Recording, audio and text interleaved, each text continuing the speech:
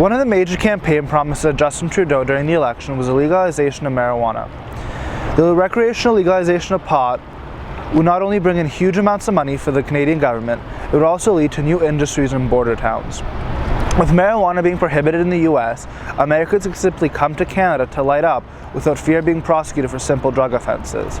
With Americans also comes American money, which could help boost the Windsor economy in a very big way. So how exactly will Windsor be impacted? John Litke, the owner of Canada's largest cannabis lounge, Higher Limits, as well as the founder of the Canadian Cannabis Confederation, explained to us what to expect with the upcoming legislation, as well as the possibility of a cannabis tourism sector. Border towns are definitely poised to greatly benefit from when cannabis does become legalized, not just simply because there will be, within a 10-minute, an hour radius, we have like 10 million people going into Ohio, throughout Michigan. We're going to see people coming over just wanting to see what cannabis legalization looks like in Canada.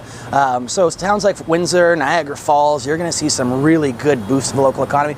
The Ontario government faces a big decision in how they want to distribute pot, with the LCBO model of private sale.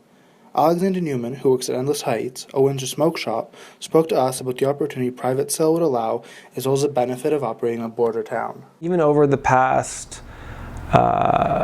several months, we've been noticing a larger number of Americans coming over, which means that they're able to find, their marijuana over here and they like the place and they come by.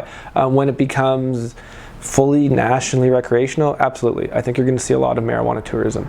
You saw that increase in Colorado and other places in the States where that came up. Here it's cheaper right across the border. I think it's going to do a lot, very positive impact.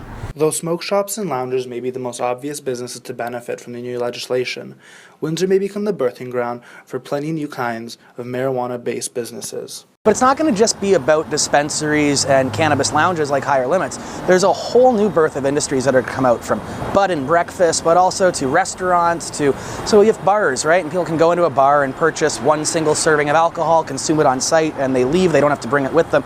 We're going to see establishments like that for cannabis. So there's going to be edible establishments, and then there's going to be bakeries, and so you're going to see the primary industries are going to be numerous and throughout the country, but then there's going to be secondary and tertiary industries. So it's going to be a big boost for the economy, but also to tourism as well, as you noted. Though the legalization of pot will undoubtedly come with mixed reviews and tough decisions, there's no arguing it could give Windsor's economy a high it could really use. In Windsor, I'm Christopher Zorbis, the 30.ca.